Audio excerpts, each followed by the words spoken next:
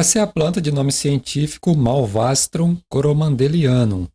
Popularmente ela pode ser chamada de malvastro, falsa malva, vassourinha por ser utilizada para varrer quintais caipiras e ainda a planta relógio devido ao horário que suas flores se abrem e se fecham e guanchuma. Porém, guanchuma é um nome popular referente a várias plantas da família botânica Malvaceae e que possui algumas semelhanças. Portanto, existem vários tipos de guanchuma. Em outros países latino-americanos, ela pode ser conhecida como escobio, malvon, malvavisco, entre outros nomes. O malvastro é uma planta originária e nativa do Brasil e de vários outros países do continente americano. Ela ocorre em parte da América do Norte, América Central e América do Sul. Além de sua faixa de distribuição nativa, hoje o malvastro encontra-se introduzido em vários países africanos e asiáticos. Antes de falar sobre as suas propriedades, eu vou mostrar algumas características para que você saiba reconhecer essa planta. Como características, o malvastro é uma planta subarbustiva. Geralmente ela é encontrada entre 60 centímetros a 1 metro de altura. A planta pode apresentar um único caule ou apresentar ramificações desde a base. O caule é semilenhoso, é um caule que a gente consegue quebrar e partir com a mão. Essa é uma diferença das outras guanchumas que possuem o caule mais fibroso e não conseguimos quebrá-lo. O caule em plantas mais velhas fica quase amarronzado na parte de baixo e na parte superior é verde. E ele é levemente áspero devido a alguns pelos, que são os tricomas da planta. E esses pelos eles ficam meio deitados no caule, não são pelos eretos. As folhas do malvastro são pecioladas, elas possuem cabo de sustentação até bem comprido. Elas se distribuem pelo caule em espiral e possuem formato oval triangular. Elas são um pouco ásperas devido a pelos, possuem consistência membranácea e margem dentada. O malvastro possui flores solitárias, ou seja, abre uma flor em cada inflorescência. Ela se abre no início da tarde e se fecha por volta de 4 horas da tarde. A flor dessa espécie é muito parecida com a de várias guanchumas e por isso elas acabam sendo muito confundidas. Uma diferença em suas flores é que a do malvastro possui essas 3 brácteas lineares que ficam abaixo do cálice da flor.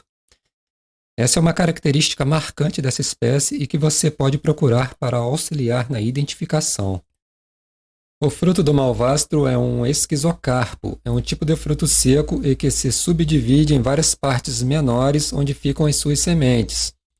Quem adora comer essas sementes é o pardal, um tipo de pássaro que vive em áreas urbanas de várias cidades, ao redor do mundo. E com isso ele acaba dispersando as suas sementes. Agora que você já viu algumas características, eu vou falar sobre os usos que são feitos com essa planta e as suas propriedades.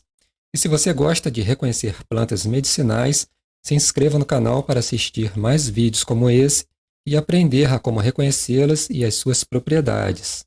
O malvastro é usado como planta medicinal desde tempos antigos por povos indígenas, e existem registros que essa planta também era usada pelos astecas lá no século XVI.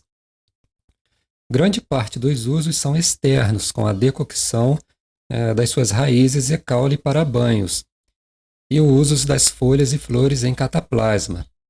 Mas também são reportados alguns usos na forma de chá com suas folhas e flores.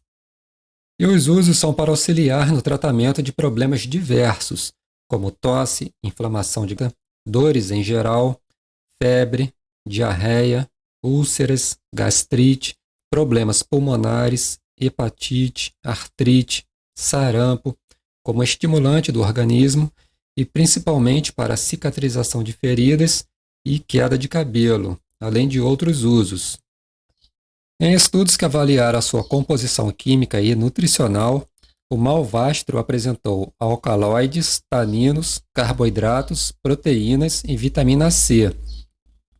E quanto às propriedades medicinais, a planta apresentou ação antioxidante, anti-inflamatória, cicatrizante, analgésica, atividade que melhora a imunidade, atividade que baixa a pressão arterial, atividade antidiabética aliada à redução de colesterol e triglicerídeos, atividade antitireoide, antidiarreica, antitumoral contra linhagens de câncer humano e atividade antimicrobiana frente a alguns fungos e bactérias.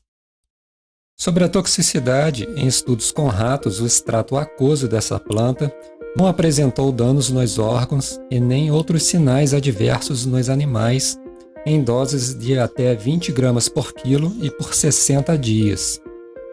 Então tá aí as informações sobre essa planta que é utilizada na medicina popular para alguns problemas leves de saúde.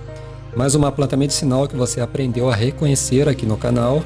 Aproveite e assista a outro vídeo que está aparecendo aqui na tela final. Grato por assistir e até o próximo vídeo.